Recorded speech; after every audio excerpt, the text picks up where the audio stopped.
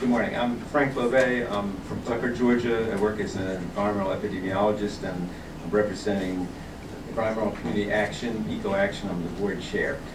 In March 2011, the Japanese government drew up plans for a mandatory 170 kilometer or 100-mile evacuation zone around the Fukushima plant. Though the actual evacuation area encompassed 25 miles from the plant, hotspots were detected at a distance of over 100 miles. Here's a map showing, and you can't see very well, but I can leave it with you, a map showing the cities and towns within 100 miles of Plant Vogtle, including Savannah, Macon, Augusta, Athens, and in South Carolina, we're talking about Columbia, Charleston, and Aiken, as well as all the adjacent communities of these cities and towns. At the time of the Fukushima disaster, the chair of the NRC urged Americans within 50 miles of the plant to evacuate. The 50-mile area around Vogtle would include Augusta, Statesboro, Aiken, and adjacent communities. It's clear that an accident at Vogtle as catastrophic as Fukushima would be a public health and an economic disaster for Georgia and South Carolina. This is unique to nuclear power, the risk of a catastrophic accident. There's no such risk for wind or solar power or for energy efficiency measures installed in our homes and buildings. So why is the PSC allowing Georgia Power to build such dangerous, costly, and antiquated nuclear plants and forcing Georgia consumers to finance this risky venture by providing what amounts to welfare payments to Georgia Power via a regressive tax on their electric bill, the so-called Nuclear Construction Cost Recovery, otherwise known as QUIP? Why? Why are we doing this when there are safer, cleaner, quicker to implement, and more cost-efficient renewable energy and energy-efficient alternatives? Here's a chart. Again, you won't be able to see it very well. But here's nuclear power over here, and here are all the cheaper alternatives over here, including energy efficiency, which is nuclear power is 3 times costlier than energy efficiency measures, between 1.5 and 2 times costlier than wind and biomass.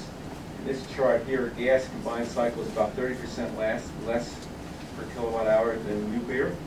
Given that the costs of building Vogtle 3 and 4 are mounting every day, here's photovoltaics at the end here, and it is more expensive than nuclear, but given how the delays at Vogtle, by the time the plants are completed, if they're completed, photovoltaics will probably be as cheap or cheaper than the electricity produced by Vogtle 3 and 4.